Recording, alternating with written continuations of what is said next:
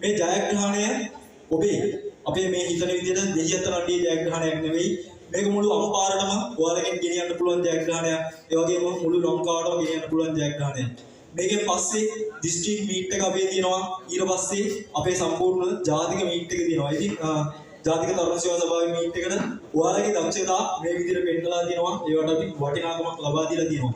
ඉතින් මේ වටිනාකම් වල ප්‍රයෝජනයක් අපි හිතනවා ජාතික ක්‍රීඩා උත්සවයේදී ඔයාලා අනිවාර්යෙන් ගෙනියයි. දිස්ත්‍රික් ඔයාලට අනිවාර්යෙන් ජයග්‍රහණ හම්බ වෙනවා.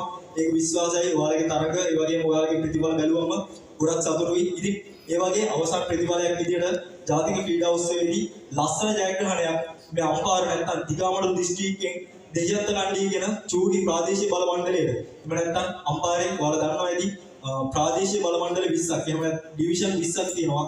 ඒ ඩිවිෂන් 20න් දැනට ක්‍රියාකාරීව ප්‍රාදේශීය ලේකම් කාර්යාලයකට අයත් යූත් ක්‍රියාත්මක වෙනවා මේ දෙහියත්ත කණ්ඩිය. ඉතින් ඒ සෑම දෙයකම ජයග්‍රහණයන් මේ දිගමඩුල්ලේ දෙහියත්ත කණ්ඩිය ප්‍රාදේශීය ලේකම් කොට්ටාසයට ගෙනලා දෙන්න කියලා ආදරෙන් ඉල්ලන ගමන් මම සමු කරනවා. ස්තුතියි.